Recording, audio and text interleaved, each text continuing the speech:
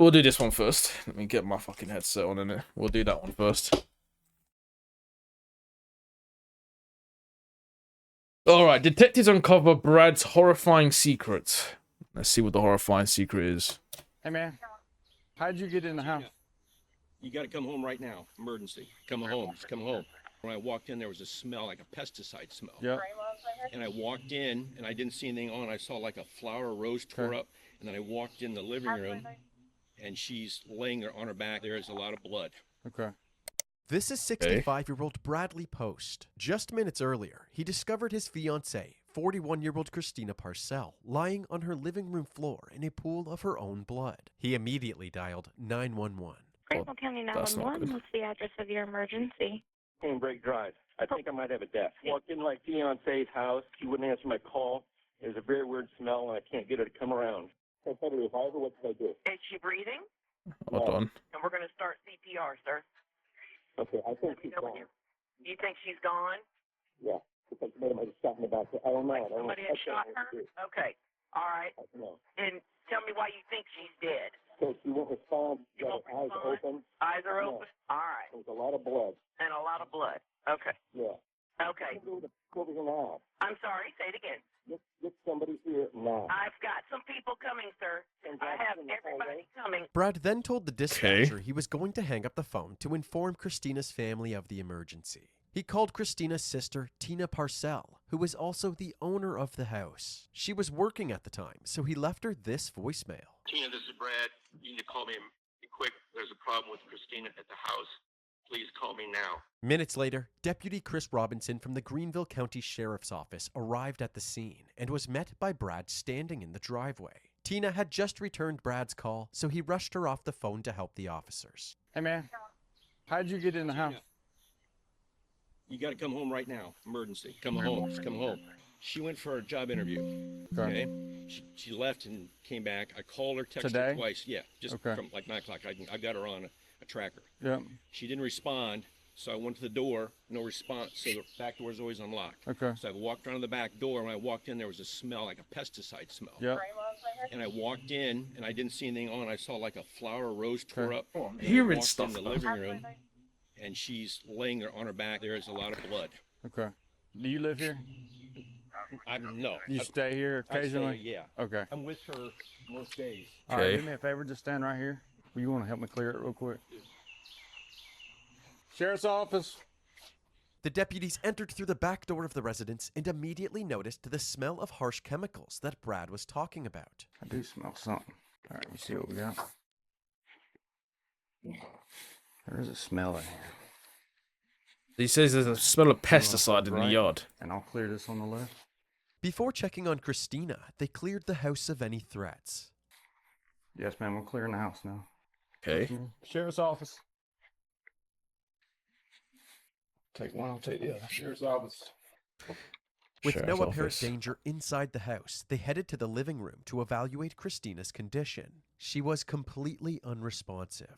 Next to her body, there were roses and rose petals scattered on the floor. But due to the overwhelming stench, the officers decided to wait for EMS outside before processing the scene any further. She's obviously dead in it, but like...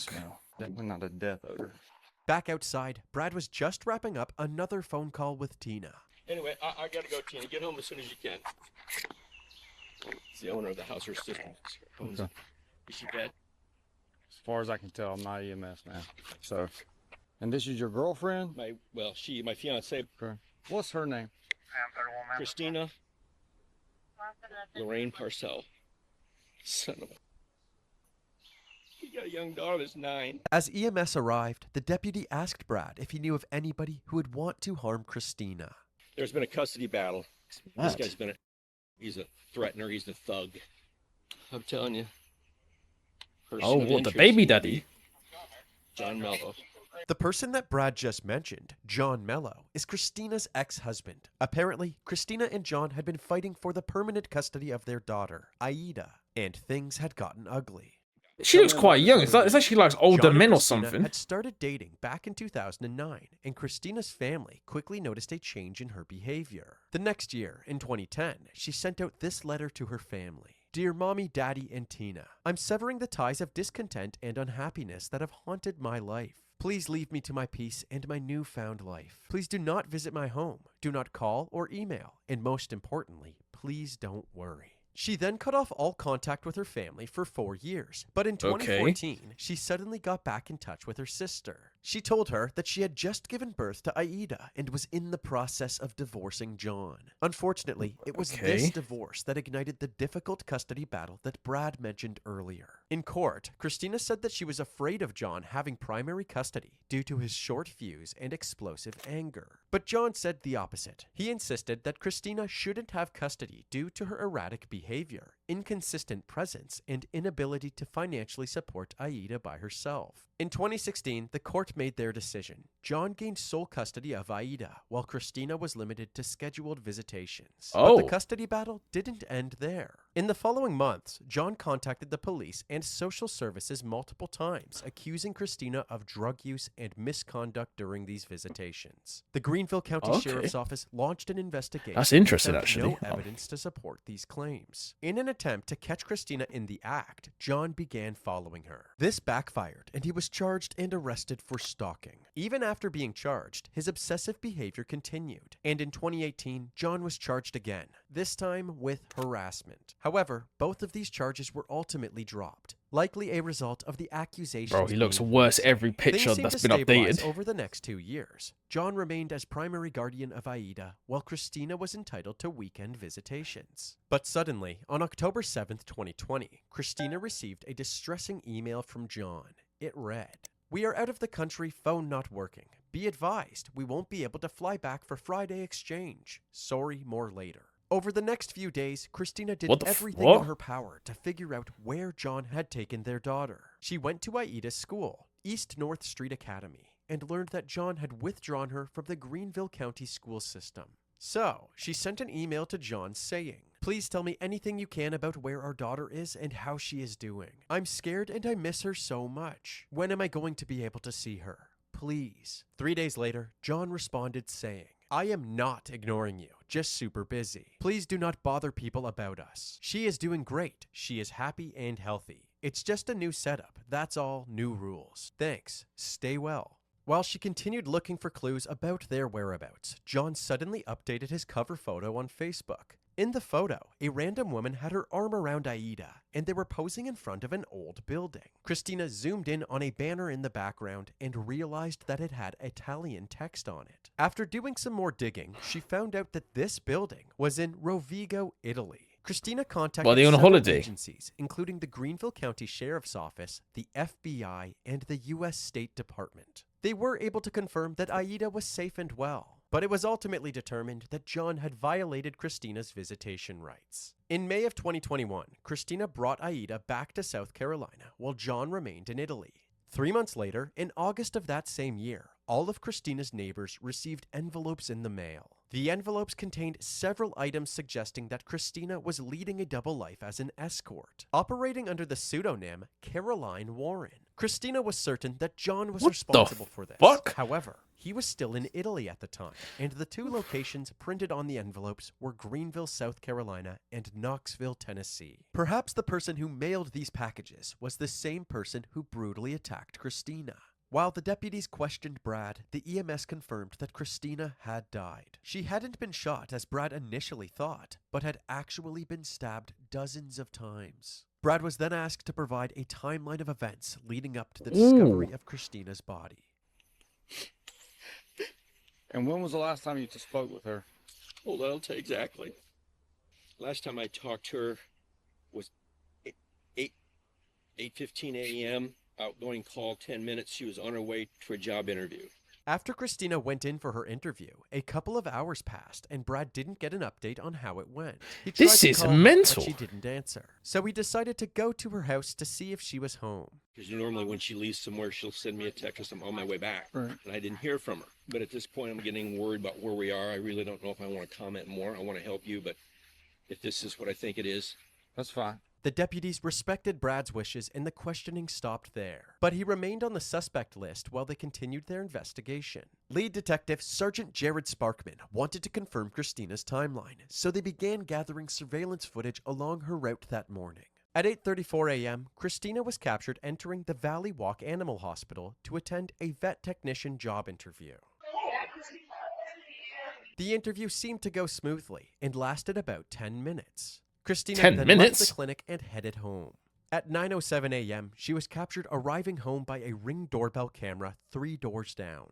The most I've never heard of an interview lasting 10 minutes. Was from the Ring camera directly That's across so the short. street from Christina's house. At 9:15 a.m., the Ring camera is activated by a vehicle passing by. At that exact moment, a random person can be seen entering the front door of Christina's house. This door leads directly into the living room, where her body was discovered. From this footage, the detectives determined that the person entering the home was a white male with a slim stature, wearing a black bag, a gray sweatshirt, and black pants. With this description in mind, they continued searching around the neighborhood for more footage of the suspect. They were able to find footage of someone with the same build, on a bike, riding away from the scene at exactly 9:27 a.m.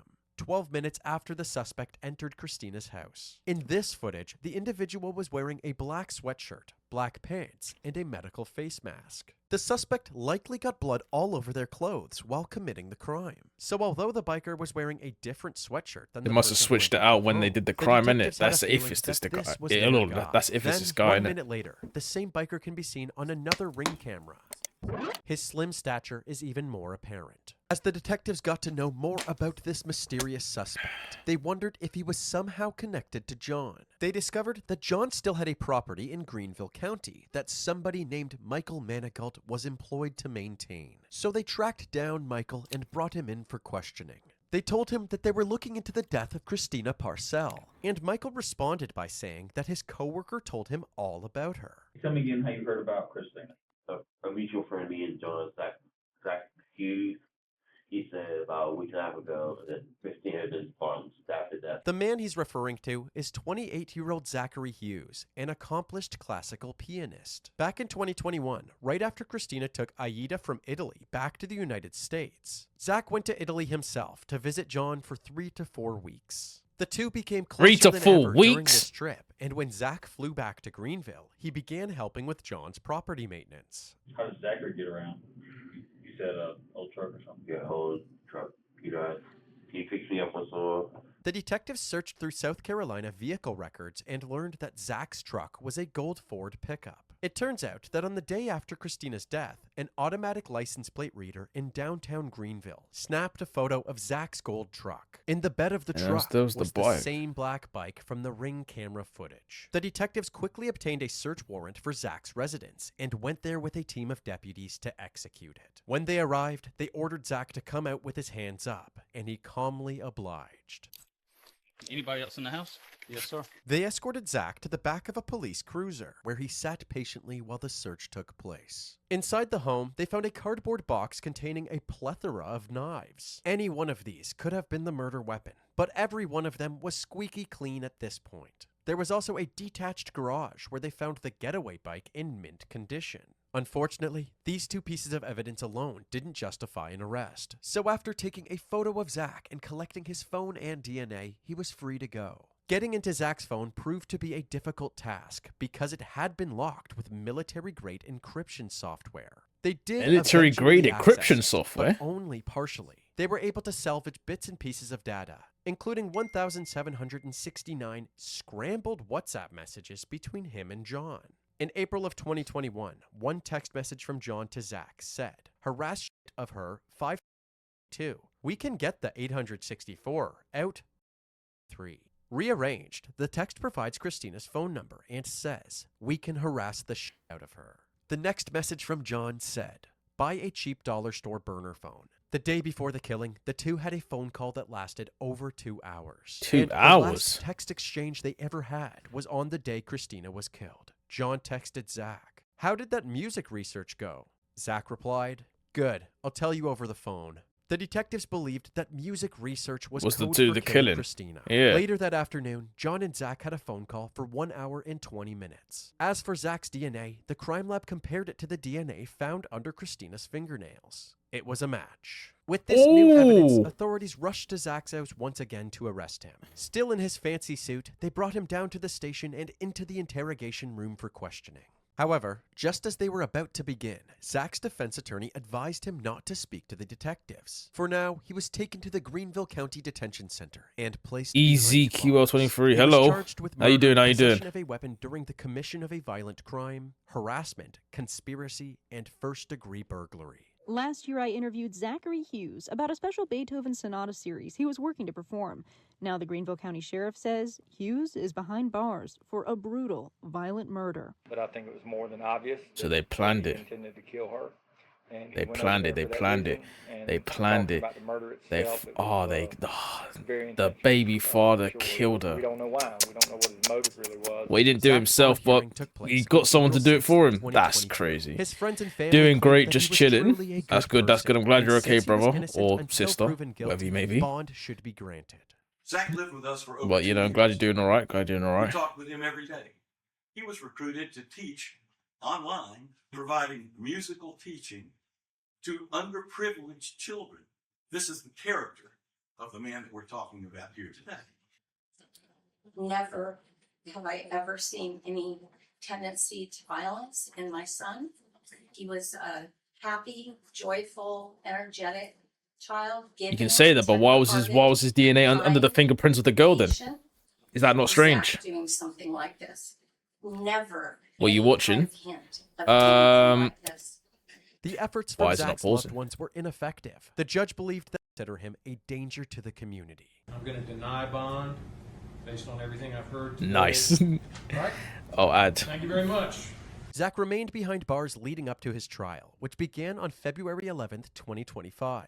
The prosecution kicked things off with a 7-minute opening statement, saying that Zach had injected himself into the custody battle between Christina and his good friend John. They didn't explain much further because they believed that the evidence would speak for itself. You're going to find beyond a reasonable doubt, and the evidence will show that Zach Hughes is a cold-blooded killer.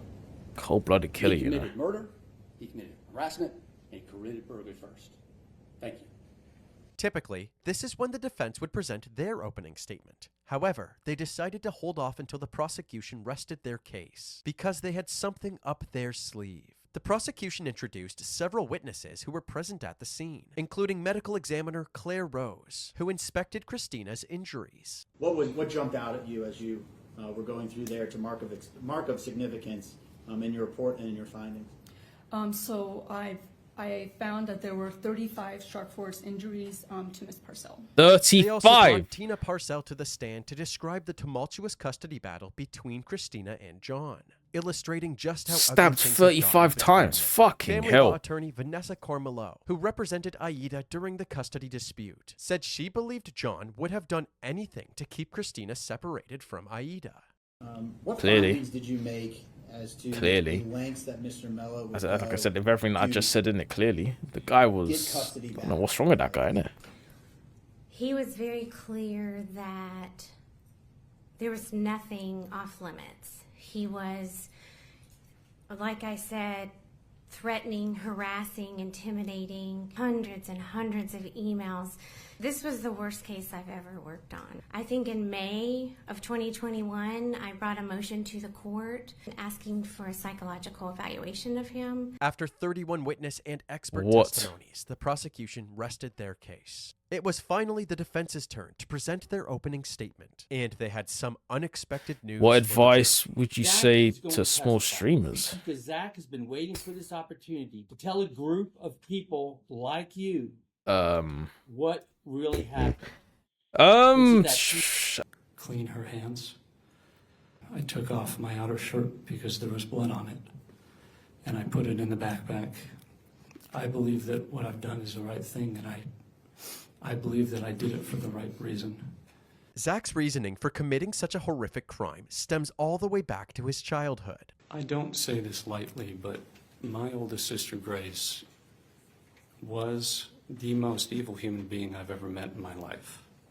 I would describe her without reservation as an affectionless psychopath.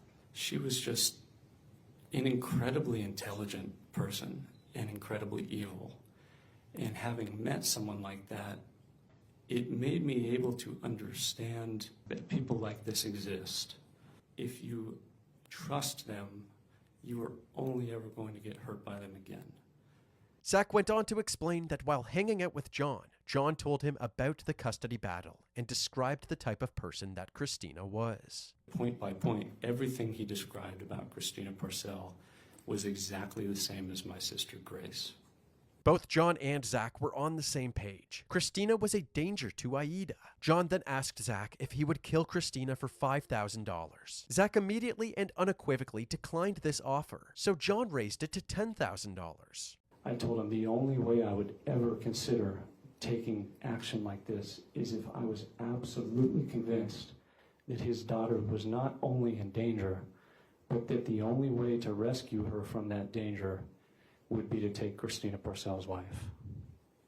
As the months passed, John kept Zach updated on the custody dispute and how Aida was doing. Eventually, Zach learned a twisted secret behind Christina and Aida's relationship and felt that he had to do something about it. He first sent out the envelopes, but essentially nothing came of that. So he resorted to killing Christina.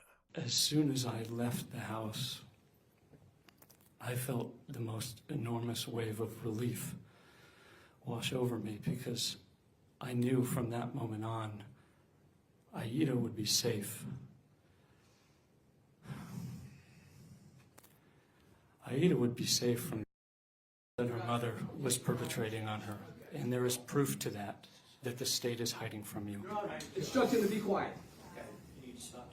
This may seem like a baseless accusation, but there is some vital context that might make you think otherwise. At the beginning of this investigation, Brad allowed the detectives to search his phone so they could rule him out. What they ended up discovering was something they never would have expected. The contents of Brad's phone indicated that he and Christina weren't just physically abusive, they were abusive in other ways as well. Brad received 7 charges related to these findings. Zach claims that he knew about Christina and Brad's dark secrets, and that he killed Christina in order to protect Aida. But it's important to note 2 things. The first is that the Greenville County Sheriff's Office found no evidence that Zach knew about these secrets before killing Christina, so they claimed that there was no way this could have been the motive. The second thing to note is that Brad is still awaiting trial for his charges, so his crimes are technically just allegations. This is why Zach was not allowed to reference them during his testimony, and why the jury was instructed not to consider Zach's comments.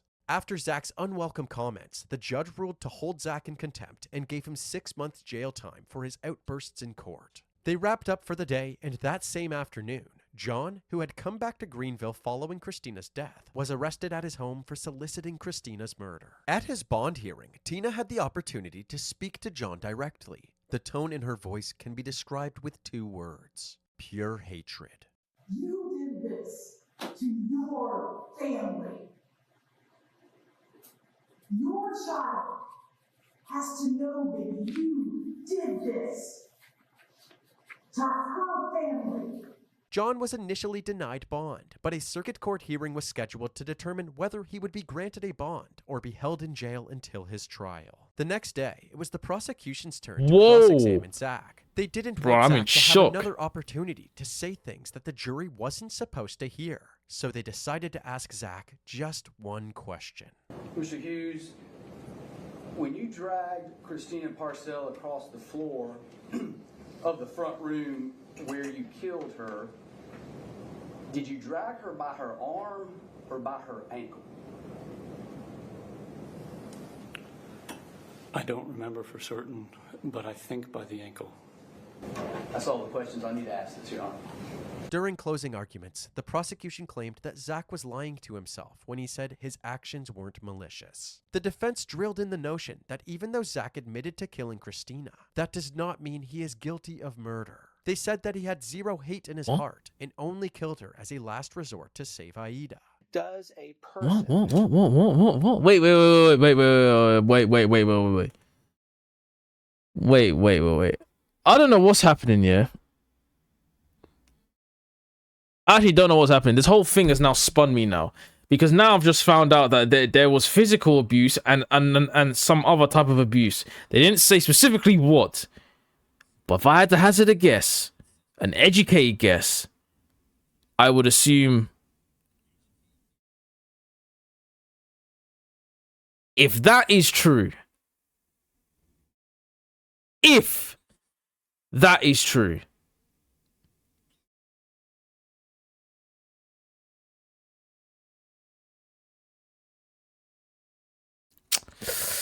I can't lie, and if that's true, and the mother and obviously the mother's fiance was actually doing that, like being abusive and, you know, some other type of abuse that they didn't say, but obviously I'm going to assume it's that.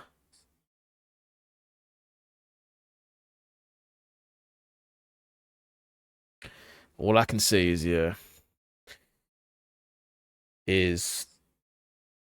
you know, I'm not like, if it was just abuse, as in like maybe like, because, you know, abuse is now thrown around in the sense of like anything is now abuse, but if it's actual like, you know, physical abuse, in like, you know, you're punching her up, you're slapping her around, you're throwing her here, you're throwing her there, then fair enough, that's abuse and you deserve to go to jail, you deserve to get beaten up in jail, to be honest. But if it's also a thing of like the other type of abuse, you know, if they were also doing that to her, then I can't lie, in it. Death. In this case, for what some people may think is probably the right option to do, I can't lie. Because if that is the case, then yo, that is wild. But what this guy's trying to say here, is it murder? Of course it's murder. At the end of the day, a life has been taken. Whether it's for the right reasons or not, a life has been taken. He did murder someone. He's admitted to murdering someone. You know, there's murder and then stabbing someone 34 or 37 times. The fact that it's even on 30 is ridiculous. Granted, if that is true about the abuse and whatever other abuse it is, then I can understand the anger. However, the laws are the laws for a reason. 34 times is insane.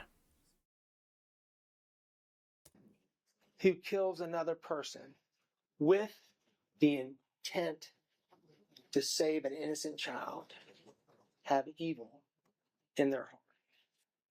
I would suggest to you that your common sense would tell you no. And that person who killed another to save an innocent child is not a murderer. I would ask that you return a not guilty verdict. Thank you very much. It was now time for jury deliberations, and after less than 3 hours, they had their verdict. As to the charge of murder, we, the jury, find the defendant guilty. Following the verdict, Zach seemed to hold back tears as his father gave an impact statement. My son, he has such a strong moral compass and a desire for the truth. Oh. Sometimes he actually hurts himself. He would quote Edmund Burke on this. The only thing necessary for evil to prosper is for good men to do nothing. I love my son. I'm proud of my son. Thank you, Your Honor. Zach was also given an opportunity to speak, but chose not to. The judge then handed down his sentence. Zachary David Hughes. Yeah, go on. Indictment for murder.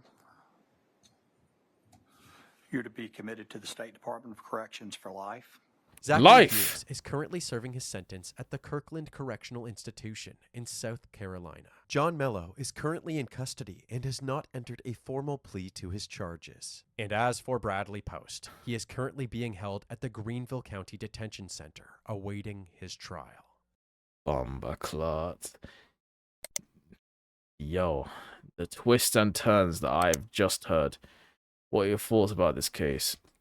The twists and turns of this fucking case is ridiculous.